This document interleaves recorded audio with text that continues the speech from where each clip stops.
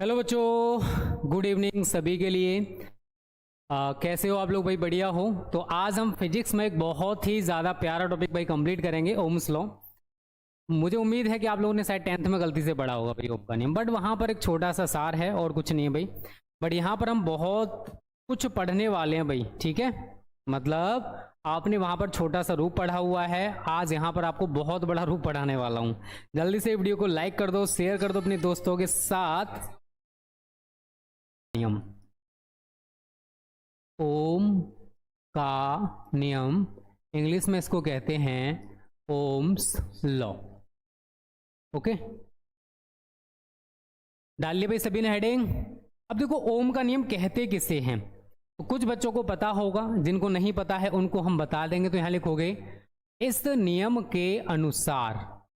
Okay, इस नियम के अनुसार, कॉमा इन्वर्टेड कॉमा, यदि किसी चालक की,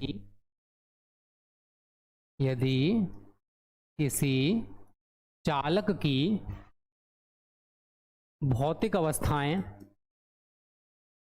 भौतिक अवस्थाएं जैसे टेम्परेचर होता है, अगर ये परिवर्तित ना हो, जैसे ताप न बदलें, ठीक है, इसमें कोई भी चेंज ना हो, न बदलें, तो चालक के सिरों के बीच, सिरों के बीच लगाया गया विभवांतर, लगाया गया विभवांतर एवं उसमें प्रवाहित, उसमें प्रवाहित विद्युत धारा का जो अनुपात है नियत रहता है। अभी समझ आएगा, टेंशन ना लो। प्रवाहित विद्युत धारा का अनुपात क्या रहता है बच्चों? नियत रहता है, कांस्टेंट रहता है, नियत रहता है, ठीक है।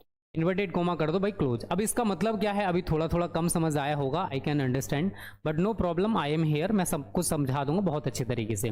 देखो बच्चों, इसका मतलब क्या है, हमारे पास कोई भी एक कंडक्टर है, कोई भी एक चालक है, ठीक है।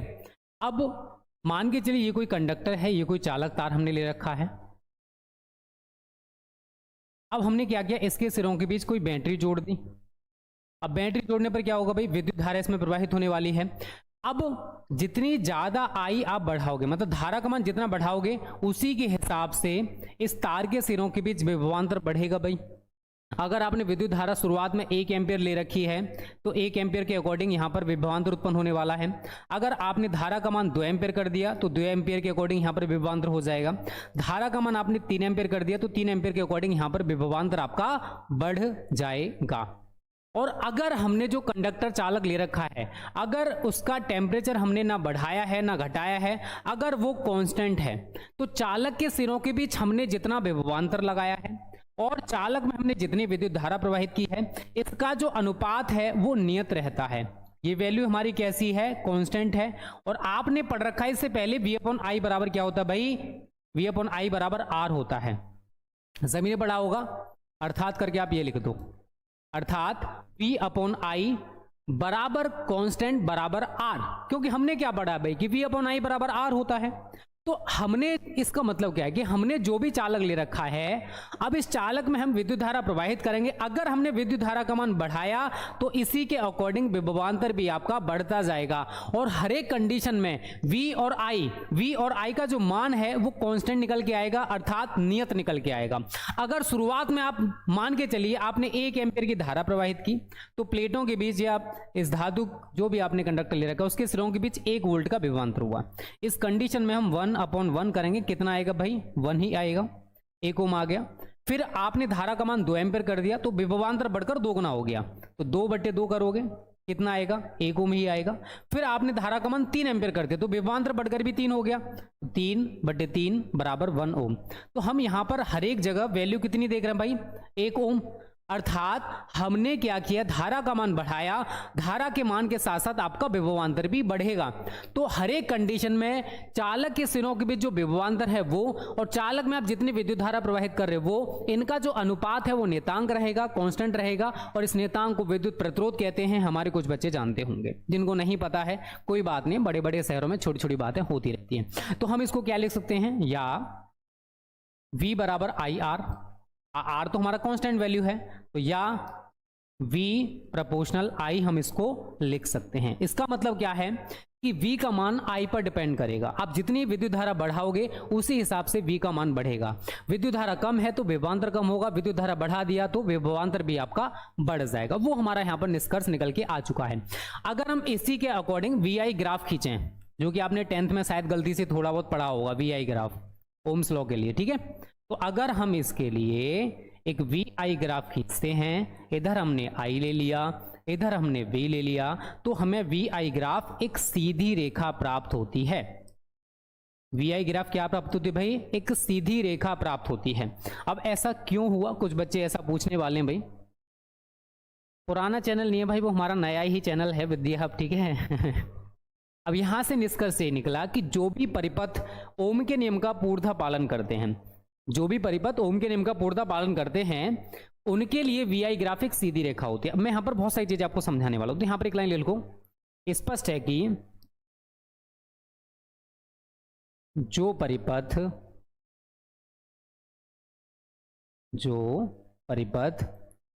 ओम के नियम का पालन करते हैं,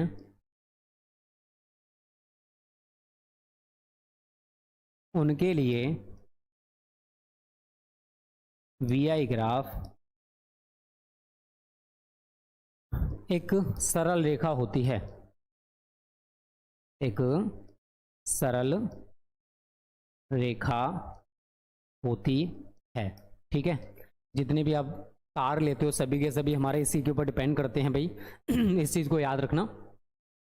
तो डेफिनेशन आप लोगों ने देखी, ओम का नियम क्या कहता है कि अगर हमारे पास कोई कंडक्टर है, चालक है, और अगर उसकी फिजिकल स्टेट, जैसे हमने टेम्परेचर में कोई भी चेंज नहीं किया, अगर इसमें कोई भी बदलाव हमने नहीं किया, तो चालक के सिरों के बीच लगाया गया विभवांतर और उसमें प्रवाहित विद्युत धारा का जो अनुपात है बच्चों, वो क्या रहता है, नियत रहता है, जो कि मैंने वहां पर आपको समझाया था कि कैसे कांस्टेंट रहेगा। उतना आपकी समझ में आ गया होगा, उम्मीद करता हूं। उसके बाद अर्थात करके हम V/I बराबर कांस्टेंट बराबर R, या फिर आप इसको V बराबर IR कर सकते हो। R हमारा कांस्टेंट है तो V प्रोपोर्शनल I हो जाएगा।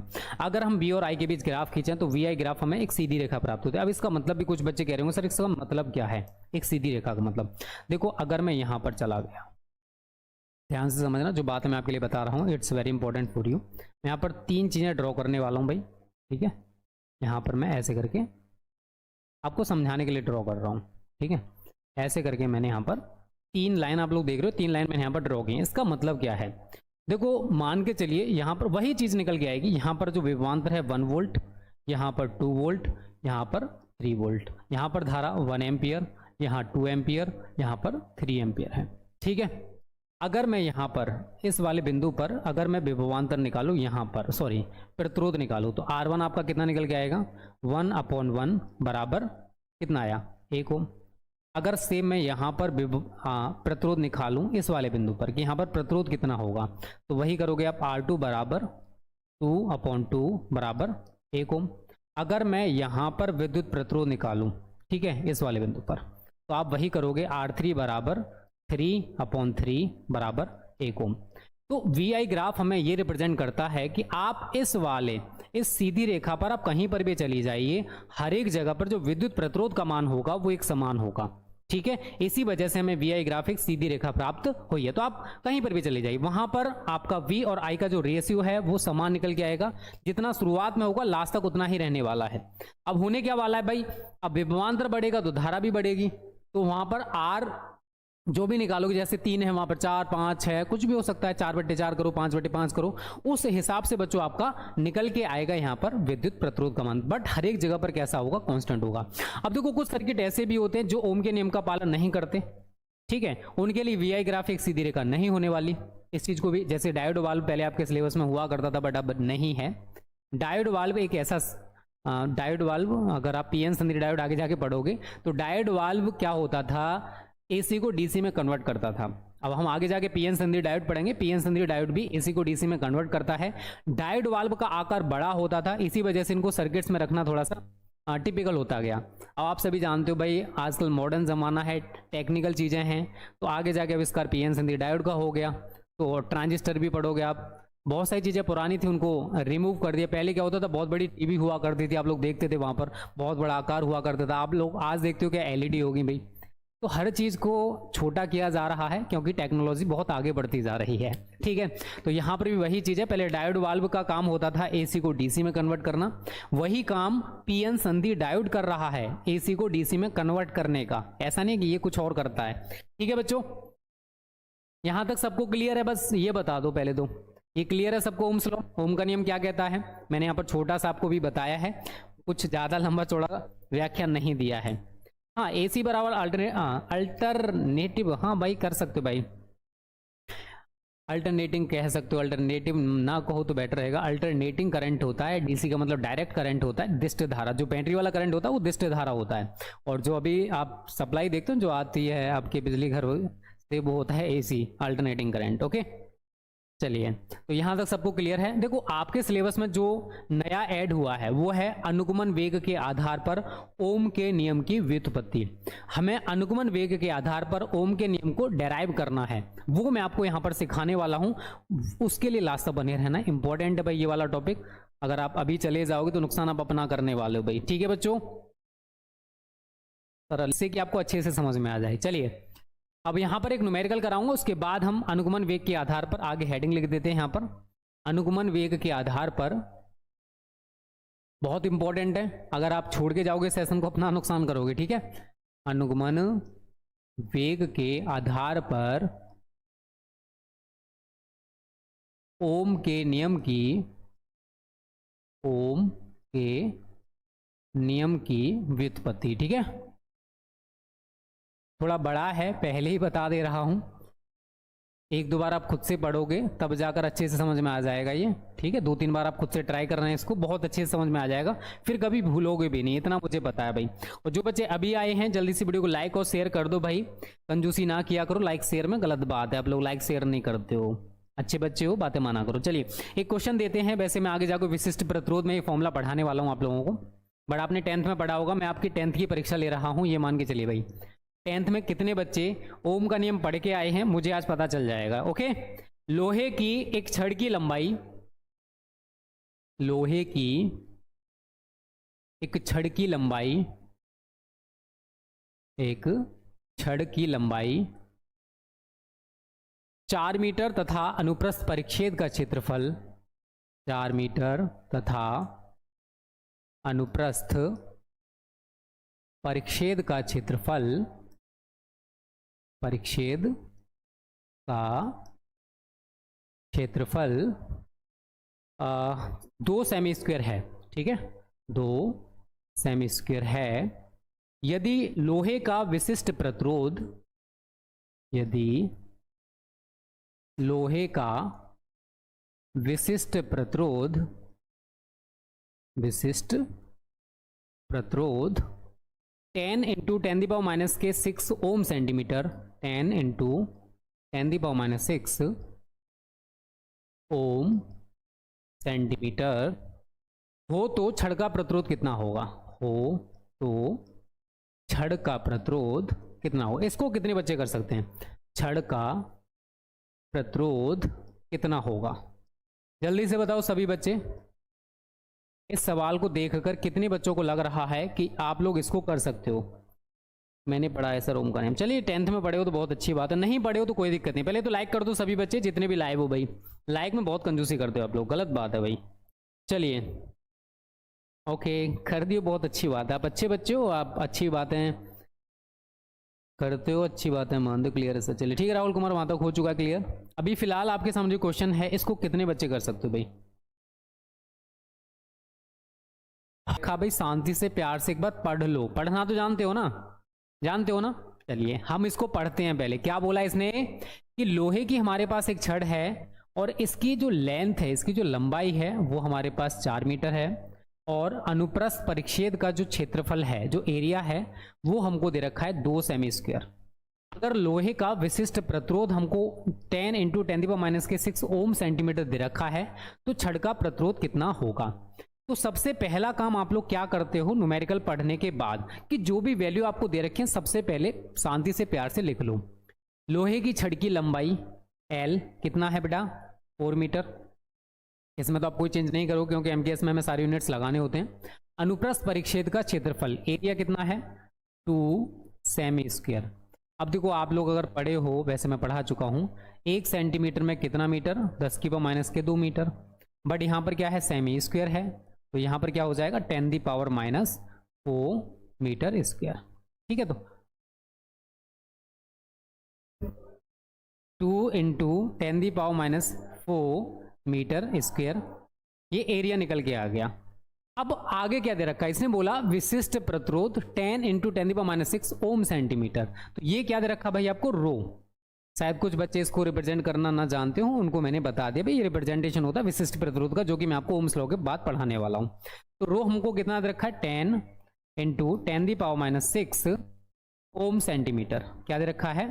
अरे भाई मिट जाए यार, ओम सेंटीमीटर। याद रखना सेंटीमीटर लगा हुआ है पीछे, और इसका यूनिट क्या होता है? ओम मीटर। तो हमको ये चेंज करना पड़ेगा, सेंटीमीटर को मीटर में चेंज करोगे तो 10 × 10⁻⁶, 1 सेंटीमीटर में 10⁻⁻2 मीटर होते हैं। तो अब ये क्या हो गया बच्चों? ओम मीटर। ठीक है ना, यहां तक क्लियर सबको? 1 0 से 1 पावर कम कर दो। ठीक है, तो क्या हो जाएगा? 1 × -6 -1 -7 हो गया ओम मीटर। यहां तक किसी बच्चे को दिक्कत नहीं होना चाहिए। हमको निकालना क्या भाई? आर। आपने 10th में एक फॉर्मूला पढ़ा होगा, अगर पढ़ा है तो बहुत अच्छी बात है। आर बराबर रो × L/A। बताइए कितने बच्चों ने फॉर्मूला पढ़ा हुआ भाई? हमारे सभी बच्चों ने पढ़ा होगा, जो भी लाइव है इस टाइम। नहीं पढ़े हो तो थोड़ा पढ़ लेना भाई, जरूरी है आपके लिए। चलिए कोई बात नहीं राहुल कुमार, अभी देख लेते कितना आंसर आने वाला है। ठीक है, अब रो कितना दे रखा भाई आपको? 1 × 10⁻⁷। एल कितना बच्चा पार्टी? एल हमारे पास 4, और एरिया हमको कितना दे रखा? 10⁻⁴।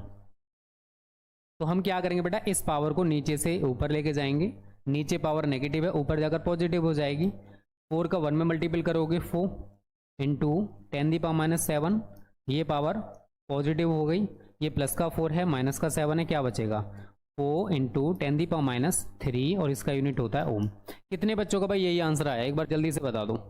Good evening Sachin Yadav gamer भाई, डाल ही लिया होगा भाई। इसमें लास्ट तक बने रहना, मैं सभी बच्चों से गुजारिश करूंगा, वैसे मैं करता नहीं हूँ गुजारिश, आपके भले के लिए बोल रहा हूँ भाई, क्योंकि अगर आप लास्ट तक बने रहोगे ये चीज़ें आपको बहुत अच्छे से समझ में आएंगी। नहीं बनोगे अपना ही नुकसान करोगे, मेरा कुछ नहीं करने वाले हो। ठीक है, लास्ट तक रहोगे तो बहुत अच्छे से समझ में आ जाए, बहुत अच्छे से।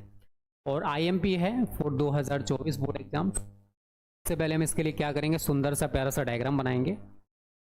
ठीक है, ये क्या है हमारे पास? एक सुंदर सा प्यारा सा डायग्राम, जो कि हमने ड्रिफ्ट वेलोसिटी में भी बनाया था आपके लिए, विद्युत धारा और अनुगमन वेग में भी बना रखा है। यहाँ पर थोड़ा सा चेंज हो जाएगा, यहाँ पर हम लोग लेंथ को और दिखा देंगे। यहाँ पर हमने एक बैटरी लगा दी है।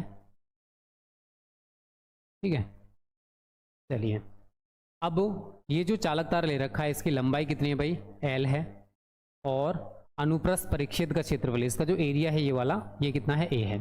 और जब हम इसके सिरों के बीच कोई बैटरी जोड़ देते हैं तो ये क्या है? इलेक्ट्रिक फील्ड का डायरेक्शन होगा। अब भाई जो वैद्युत धारा की दिशा होती है वही इलेक्ट्रिक फील्ड का डायरेक्शन होता है, सभी बच्चों को पता है। अब यहाँ पर जो अनुगमन वेग, मतलब जो हमारे फ्री इलेक्ट्रॉन्स हैं, ये क्या है? फ्री इलेक्ट्रॉन्स हैं। ये अनुगमन वेग Vd से गति करने लगते हैं। किससे? अनुगमन वेग Vd से वैद्युत क्षेत्र के विपरीत दिशा में गति करने लगते हैं।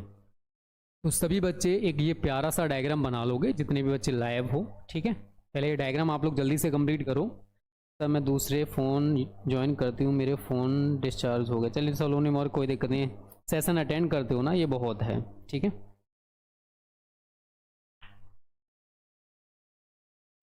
चलिए बना लिया डायग्राम बेटा सभी ने? जल्दी से बना लो सभी लोग, और लाइक कर दो सभी। अभी देखो 50+ लाइक नहीं पहुंचे, हमारा टारगेट 100 का रहता है।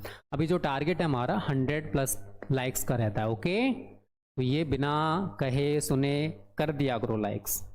चलिए अब इसमें हम थोड़ा सा थ्योरी लिख लेते हैं भाई, क्योंकि थ्योरी जरूरी है, आप लोगों को पता है। यहाँ लिखोगे माना कि एक चालक तार, चालक ये क्या है, तार भी ले सकते हो, चालक की लंबाई L, की लंबाई क्या भाई L, आप लोग देख ही सकते हो, एवं अनुप्रस्थ परिच्छेद का क्षेत्रफल क्या है, एवं अनुप्रस्थ परिच्छेद का, ये थ्योरी को बनाना सीखो आप लोग, ठीक है, मैं भी सिखा दूंगा, टेंशन ना लो। परिच्छेद का क्षेत्रफल क्या है बच्चों, A है, इसमें मुक्त इलेक्ट्रॉन घनत्व, मुक्त इलेक्ट्रॉन घनत्व n है। अब मुक्त इलेक्ट्रॉन घनत्व का मतलब कुछ बच्चे ना जानते हो, तो यहाँ पर मुक्त इलेक्ट्रॉन घनत्व का मतलब है प्रति एकांक आयतन में मुक्त इलेक्ट्रॉनों की संख्या, ठीक है, n के यहाँ पर प्रति एकांक आयतन में, उसका दूसरा नाम मान लो वो, प्रति एकांक आयतन में मुक्त इलेक्ट्रॉनों की संख्या, या फिर इसको हम क्या बोलते हैं, मुक्त इलेक्ट्रॉन घनत्व या मुक्त इलेक्ट्रॉन घनत्व। तो कंफ्यूज नहीं होने का, दोनों का मतलब एक ही है कि यहाँ पर हम मुक्त इलेक्ट्रॉन घनत्व या फिर प्रति एकांक आयतन में मुक्त इलेक्ट्रॉनों की संख्या हमारे पास कितनी है बच्चों, स्मॉल n है। इसमें रटना तो नहीं है किसी को, तो जो भी चालक हमने ले रखा है वो तार भी हो सकता है, उसकी लंबाई क्या है L है, और अनुप्रस्थ परिच्छेद का क्षेत्रफल A है, और इस चालक के प्रति एकांक आयतन में मुक्त इलेक्ट्रॉनों की संख्या क्या है, n है, या फिर आप कह सकते हो कि इसमें मुक्त इलेक्ट्रॉन घनत्व n है। यहाँ तक किसी भी बच्चे को कोई दिक्कत नहीं होना चाहिए भाई। अब अरफिन क्या कर सकते हैं, कहते हैं ना, अब अच्छा नहीं लगेगा मैं ऐसे वर्ड यूज़ कर रहा हूँ, बट छोड़ो यार, लाइक करने में इनको लगता है कि सर को पैसा जा रहा है, यूट्यूब इनको ज़्यादा पैसा दे देगा। अरे भाई रियली बता रहा हूँ, यूट्यूब से कुछ नहीं आता, एक टीचर का सैलरी तक नहीं निकलता है यार इस टाइम, एक टीचर का सैलरी निकल जाए अपनी जेब से देना पड़ता है, वो पेड बच्चों का सेशंस रहते हैं इसलिए उधर से थोड़ा सा बन जाता है। यूट्यूब से ये मान लो कुछ बच्चे कहते हैं सर फ्री में कंटेंट दे दिया करो सारा, भाई अगर फ्री में देने लगे ना तो मेरे को ऐसा करना पड़ेगा कि अपना सारा सिस्टम बेच बाज के तब टीचर्स की सैलरी देनी पड़ेगी, तो यूट्यूब से आता है नील के बराबर। ये स्टडी चैनल है भाई, स्टडी चैनल्स पर रेवेन्यू जनरेट ज़्यादा नहीं होता है, इस चीज़ को याद रखना सभी बच्चे, ओके। चलिए भाई इतना थ्योरी बना लोगे सभी लोग चलिए अब इसमें आगे थोड़ा सा लिखोगे, जब चालक के सिरों के बीच, जब चालक के सिरों के बीच V विभवांतर लगाया जाता है, V विभवांतर लगाया जाता है, तो चालक में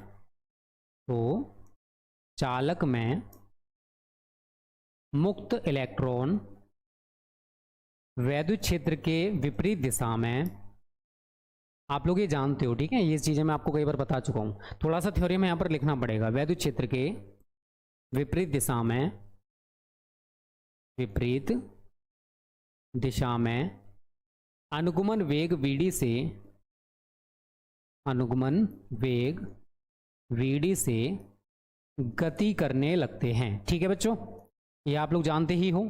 ये वाला जो मैंने पॉइंट लिखा है कि जब हमने चालक के सिरों के बीच कोई बैटरी जोड़ दी, बैटरी जोड़ने का मतलब क्या है कि हमने विभवांतर लगा दिया विभवांतर। अब विभवांतर लगाने के बाद जो हमारे फ्री इलेक्ट्रॉन्स हैं, ये जो मुक्त इलेक्ट्रॉन हैं, ये वैद्युत क्षेत्र के विपरीत दिशा में, ये वैद्युत क्षेत्र का डायरेक्शन है, वैद्युत क्षेत्र के विपरीत दिशा में अनुगमन वेग Vd से ये क्या करते हैं भाई, गति करने लगते हैं, ओके, क्या करने लगते हैं, अनुगमन वेग Vd से गति करने लगते हैं, जो कि आप यहां पर देख रहे हो, ठीक है। अब इसी वजह से क्या होगा, इसलिए तार में भाई विद्युत धारा प्रवाहित होगी, इसलिए तार में या चालक में विद्युत धारा बहने लगती है, विद्युत धारा बहने लगती है, क्योंकि आप सभी को पता होगा इलेक्ट्रॉन्स की डायरेक्शन वैद्युत धारा के विपरीत होती है। तो अगर इलेक्ट्रॉन्स ऐसे चल रहे हैं तो विद्युत धारा ऐसे चलेगी। तो जब फ्री इलेक्ट्रॉन्स हमारे चालक में या तार में जो भी हमने ले रखा है एक सिरे से दूसरे सिरे पर जा रहा है, तो उसके विपरीत दिशा में हमारी विद्युत धारा बहने लगेगी। पहले आप इतना नोट कर लो सभी बच्चे, ये थ्योरी को बनाना सीखो। देखो रटोगे कितना रटोगे यार, हर चीज की एक सीमा होती है, ठीक है, क्लियर यहां तक। आगे एक लाइन और लिख लो, यदि चालक तार में, अब यहां से थोड़ा समझना, ये थ्योरी आप लोग खुद से बना लोगे, ठीक है, रटो मत। पहले ही मैंने थोड़ा सा बताया कि हमने जो किया है डायग्राम में कैसे बनाया है, वो कि हमने एक चालक तार लिया, उसका लंबाई कितना है, क्षेत्रफल कितना है और उसमें मुक्त इलेक्ट्रॉन घनत्व कितना है, ये हो गया। फिर हम उसमें वर्क क्या कर रहे हैं कि हमने चालक के सिरों के बीच क्या किया भाई, विभवांतर लगाया। विभवांतर लगाने के बाद क्या होगा कि जो फ्री इलेक्ट्रॉन्स हैं वैद्युत क्षेत्र के विपरीत दिशा में अनुगमन वेग vd से गति करने लगते हैं और इसी वजह से चालक में क्या होगा, तार में क्या होगा, विद्युत धारा हमारी बहने लगती है।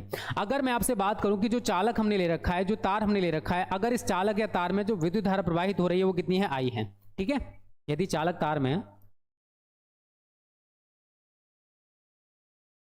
प्रवाहित धारा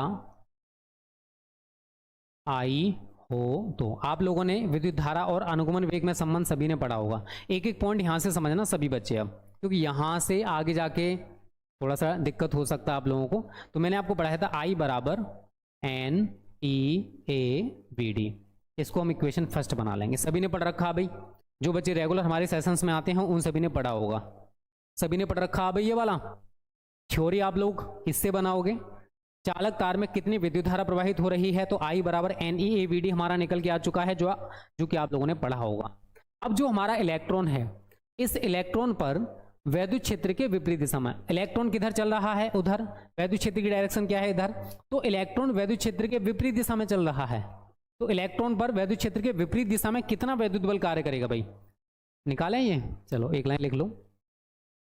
यहां तक समझ में आया सबको, एक बार कमेंट कर दो भाई सभी लोग, आ गया होगा, बस टिपिकल कुछ नहीं है। यहां लिखोगे इलेक्ट्रॉन पर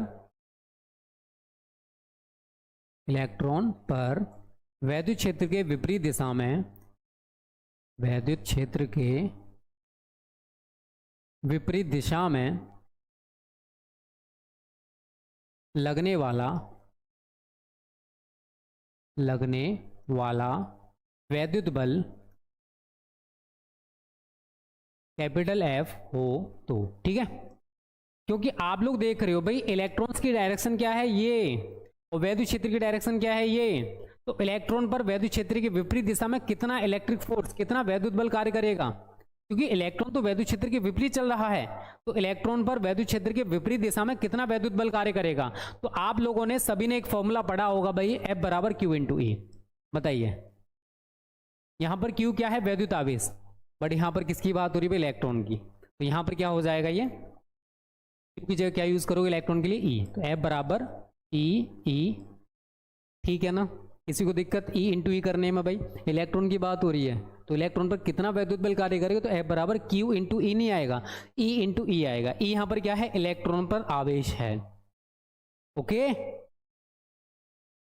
ठीक है ना, देख लो भाई यहां तक दिक्कत तो नहीं है। चलिए आगे आप लोगों ने एक फॉर्मूला पढ़ा होगा भाई, E बराबर V अपॉन डी, सभी बच्चे पढ़े हो, बट E बराबर V अपॉन L, क्योंकि यहां पर हमने चालक तार की लंबाई ले रखी है ना कि दूरी। यहां पर हम लोग लेंथ को दिखा रहे हैं, दूरी को नहीं दिखा रहे हैं, इसी वजह से मैंने यहां पर D की जगह बेटा L ले लिया। क्लियर है यहां तक। अब इस E के मान को मैं यहां पर उठा के रख दूंगा, इसलिए F is equal to EV upon L, इसको मैं इक्वेशन नंबर 2 बनाऊंगा। यहां तक दूसरी इक्वेशन तक किसी को दिक्कत। इधर जो बनाया था भाई वो पहला इक्वेशन है, जो कि सभी को पता होगा, ये मैं आप सभी को पढ़ा चुका हूं, विद्युत धारा और अनुगमन वेग में संबंध, नहीं है ना किसी को दिक्कत। अब जो दूसरा इक्वेशन हम लोगों ने बनाया कि भाई जो इलेक्ट्रॉन है वो वैद्युत क्षेत्र के विपरीत दिशा में चल रहा है, और विपरीत दिशा में चल रहा है तो इस इलेक्ट्रॉन पर कितना वैद्युत बल कार्य करेगा। F बराबर आप लोग Q इंटू E पढ़े हो, बट यहां पर इलेक्ट्रॉन की बात हो रही है तो F बराबर E इंटू E हो जाएगा।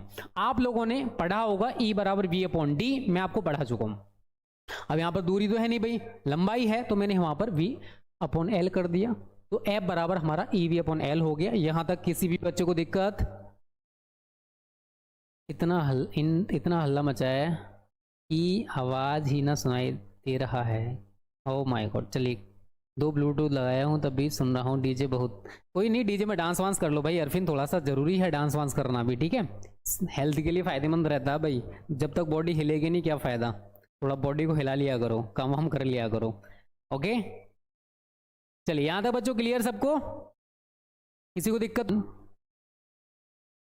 यदि इलेक्ट्रॉन का द्रव्यमान स्मॉल m हो तो, ठीक है। अब जो इलेक्ट्रॉन हमने ले रखा भाई, उस इलेक्ट्रॉन का द्रव्यमान क्या है, m, तो आपने ये वाला फॉर्मूला पढ़ा है F बराबर m इंटू ए, सही सी बताना भाई, झूठ नहीं बोलेगा। अगर आपने गति विषयक नियम पढ़े हैं न्यूटन के तो वहां पर ये फॉर्मूला जरूर पढ़ा होगा सेकंड लॉ में।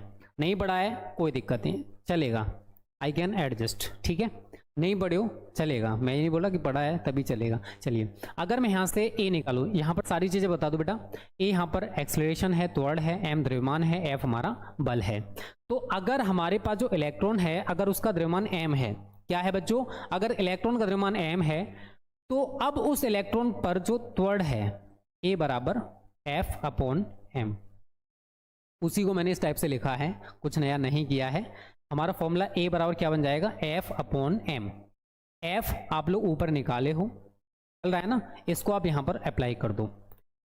चाहते हो तो भाई इक्वेशंस दे सकते हो, कोई दिक्कत नहीं है, नहीं तो नीचे लिख दो। बट एफ इजिकल टू हमारे पास क्या है, ए वी अपॉन एल है, इसलिए ए बराबर ए वी अपॉन एल को यहाँ लगा दोगे तो E V upon M L हो जाएगा और इक्वेशन नंबर हमारा 3 हो जाएगा। बताइए तीसरी इक्वेशन बना लोगे सभी बच्चे, जल्दी से बताओ भाई। तीसरा इक्वेशन आप लोग देख लो मैंने कैसे बनाया है। दूसरा इक्वेशन मैंने बहुत इजी तरीके से आपको बनाना सिखाया। अगर इलेक्ट्रॉन का द्रव्यमान m है, a बराबर f अपॉन m हो गया, जो हमने f निकाला है ऊपर उसको मैंने यहाँ पर अप्लाई किया, तो a बराबर A V upon M L, ये हमारा इक्वेशन 3 बन गया, जो कि सभी बच्चे बना भी लेंगे भाई। जल्दी से बताओ यहाँ तक, और लाइक्स जल्दी से कर दो 100+, ठीक है, टारगेट है हमारा 100+ लाइक्स का। ओके कर दिया करो लाइक्स, कंजूसी करोगे गलत बात है। ओके यहां तक तीसरी इक्वेशन तक किसी को दिक्कत नहीं होना चाहिए। 3 इक्वेशन बना लो सभी लोग, ठीक है। अगर दिक्कत आए तो एक बार वीडियो को बेटा दोबारा देख लेना, मैं बहुत स्लोली आपको बताने की कोशिश कर रहा हूं, इसी वजह से बोल रहा हूं सेशन में लास्ट तक बने रहो, सबको समझ में आ जाएगा। चलिए आगे लिखो। अब देखो हमारे पास एक इलेक्ट्रॉन तो चालक के अंदर होगा नहीं, बताइए एक इलेक्ट्रॉन होगा क्या, नहीं होगा ना, इलेक्ट्रॉन्स तो बहुत सारे हैं। तो यहां लिखोगे यदि इलेक्ट्रॉनों का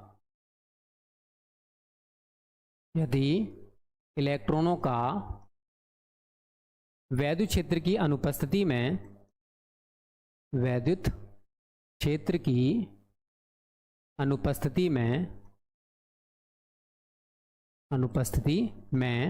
प्रारंभिक वेग u1, u2, u3, u4, dash un, न जाने कितने इलेक्ट्रॉन्स हैं भाई। अब भाई एक इलेक्ट्रॉन तो होगा नहीं, उसके अंदर बहुत सारे इलेक्ट्रॉन्स होंगे या नहीं होंगे। एवं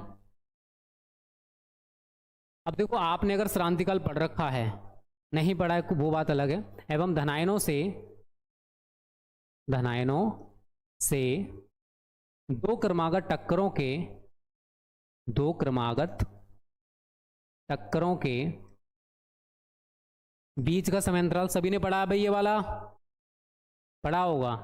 टक्करों के बीच के समय τ1, τ2, τ3, τ4, डैश, न जाने भाई कितने धनायन कितने इलेक्ट्रॉन से टकरा रहे हैं, तो हमने यहां तक कर दिया इसे डैश। हो तो अनुगमन वेग, ठीक है, हो तो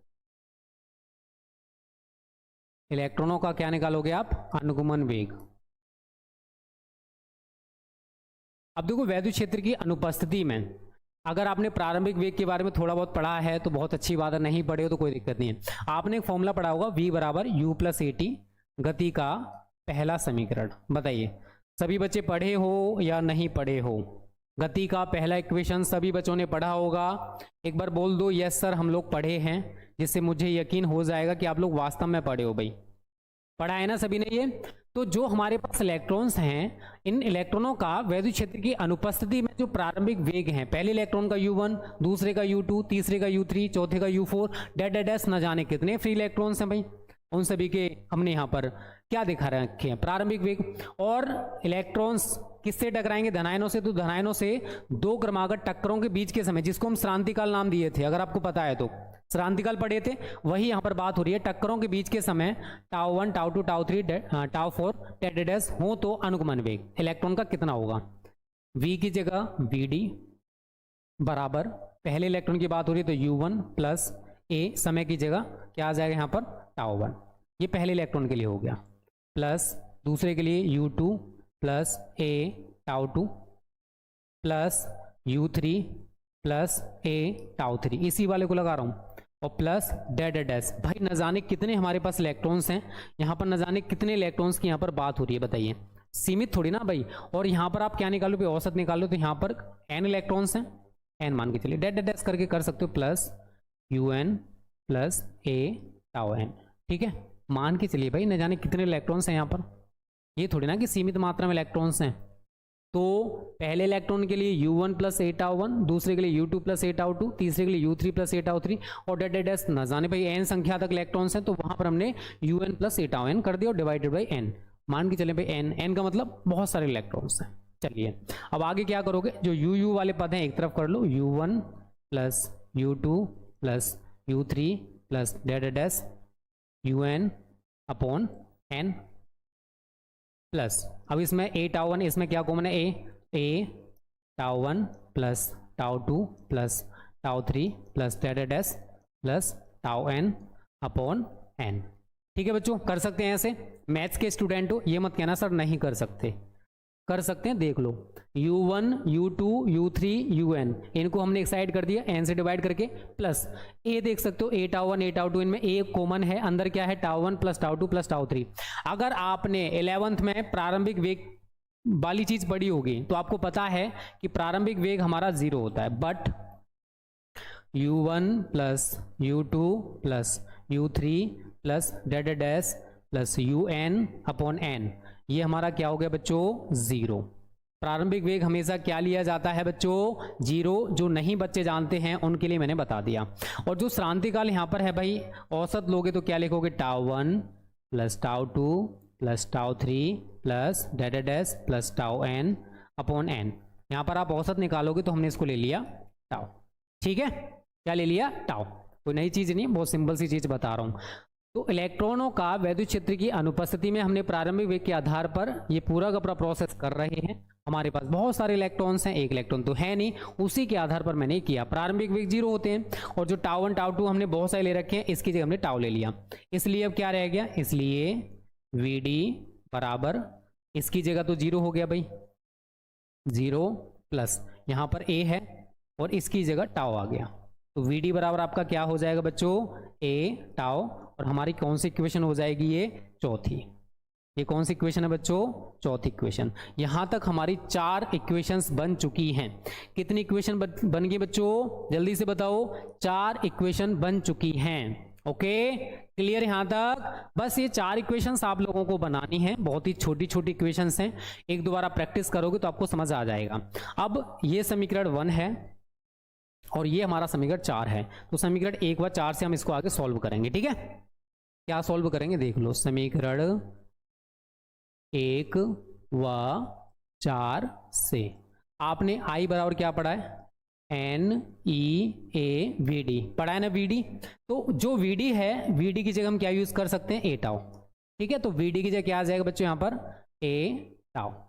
तो आप चाहते हो तो इक्वेशन नंबर इसको 5 बना सकते हो, ये 4 होगी ना यहाँ तक। ठीक है, ये हमारी इक्वेशन क्या बन जाएगी बच्चों, 5वीं। थोड़ा सीखो, हमने 5 इक्वेशन यहाँ तक बना ली हैं। अब जरा देखना भाई, इक्वेशन नंबर 3, A बराबर EV अपॉन ml। ठीक है, अब जरा हम 5वीं इक्वेशन को देखें तो यहाँ पर भी तो A है, तो अब समीकरण 3 व 5 को सॉल्व करो। यहीं पर थोड़े बच्चे कंफ्यूज हो जाते हैं, तो 2 से 3 बार प्रैक्टिस करने पर आ जाता है। समीकरण 3 व 5 से, क्योंकि यहाँ पर हमें वैल्यूज को एक दूसरे में पुट करना है। तो I बराबर NeA की जगह क्या लगाओगे, EV अपॉन ml, जो कि आपको पीछे दे रखा है। एक बार चेक कर लेना, यही हमने A बराबर निकाला है। यहाँ तक सारी इक्वेशंस आप लोग बना लोगे या नहीं बना पाओगे भाई, यहाँ तक कर सकते हो ना। हमें क्या चाहिए, V अपॉन I। ठीक है, इसके नीचे 1 मानो, क्रॉस मल्टीपल, ml को यहाँ ले जाओ, I को इधर ले आओ। ठीक है, नहीं तो I इंटू ml बराबर E 2 जगह है, NE स्क्वेयर A टाउ। आपको क्या निकालना है ये बताओ, आपको क्या निकालना, V इंटू V आपका लिखा हुआ है, तो I को इधर ले जाओ, इसको इधर ले आओ, या V अपॉन I बराबर क्या आ जाएगा, ml upon NE square A tau. देख लो पहले यहाँ तक सभी बच्चे, टिपिकल नहीं है, बहुत आसान है, थोड़ा सा बस वैल्यूज को पुट करने में बच्चों को दिक्कत हो जाता है। अगर हम एक निश्चित टेम्परेचर पर, एक निश्चित ताप पर किसी चालक की बात करें तो यहां लिखोगे लेकिन एक निश्चित ताप पर, निश्चित ताप पर किसी चालक के लिए, किसी चालक के लिए अगर हमारा टेम्परेचर कांस्टेंट है और किसी कंडक्टर की, किसी चालक की यहां पर अगर बात हो रही है तो जो हमने ले रखा ना ml upon n e square a tau, ये क्या हो जाता है हमारा कांस्टेंट, नियत। आप बोलोगे सर कैसे, थोड़ा सा समझ लो। देखो कोई भी कंडक्टर, कोई भी चालक, उसका द्रव्यमान अब अगर आपने ले रखा है तो वो कांस्टेंट होगा, नियत होगा, वो बढ़ तो सकता नहीं। जो लेंथ है, अगर टेम्परेचर हमने कांस्टेंट कर रखा है तो, और जो लंबाई है टेम्परेचर कांस्टेंट हो, जो भी चालक है, मान के चलिए चालक है तो इसकी लेंथ भी भाई कांस्टेंट रहेगी, उसमें कोई चेंज नहीं होने वाला। प्रति एकांक आयतन में मुक्त इलेक्ट्रॉनों की संख्या, इलेक्ट्रॉन पर आवेश क्षेत्रफल, ये सब कुछ कांस्टेंट रहेगा। अगर टेम्परेचर कांस्टेंट है, टेम्परेचर हमारा नियत है, तो जो श्रांति काल है ये भी हमारी वैल्यू कांस्टेंट हो जाएगी, नियत हो जाएगी। अर्थात हमने जो पूरी वैल्यू ले रखी है ये क्या हो गई, कांस्टेंट। कब, एक निश्चित ताप पर। यही मैंने शुरुआत में टर्म यूज किया था कि यदि किसी चालक की भौतिक अवस्थाएं जैसे ताप ना बदलें तो चालक के सिरों के बीच लगाया गया विभवांतर और उसमें प्रवाहित धारा का अनुपात नियत रहता है। तो आप इसको क्या लिख सकते हो बेटा, या V अपॉन आई बराबर क्या हो जाएगा, कांस्टेंट हो जाएगा बच्चों या नहीं, जल्दी से बताओ सभी लोग, हो जाएगा ना, हो जाएगा। और इस नियतांक को क्या कहते हैं, सभी को पता होगा, इस नियतांक को चालक का विद्युत प्रतिरोध कहते हैं। सभी को पता है ना, विद्युत प्रतिरोध कहते हैं। ओके, तो हम इसको क्या लिख सकते हैं भाई, अगर आप लिखना चाहोगे तो V अपॉन आई बराबर R लिख सकते हो, ठीक है, या V अपॉन आई बराबर कांस्टेंट बराबर R, ठीक है। और ये जो वैल्यू आप लोग यहां पर देख रहे हैं कांस्टेंट की जगह आई, और कांस्टेंट हमारा R है, इसलिए R बराबर क्या हो जाएगा, ml बटे N e square a tau, ठीक है। ये R का वैल्यू हमारा निकल के आ चुका है, ठीक है। तो ये सारा थोड़ा बड़ा है, मुझे भी पता है, बट इसे 1 से 2 बार आप प्रैक्टिस करोगे तो आपको समझ में आ जाएगा। खुद से आपको कम से कम 3 से 4 या 2 से 3 बार आपको करना पड़ेगा डेरिवेशन, तब जाकर आपको बहुत अच्छे तरीके से, कहते हैं ना, तब समझ में आने वाला है, ठीक है बच्चों। 2 से 3 बार खुद से ट्राई करना तो अच्छे से समझ में आ जाएगा।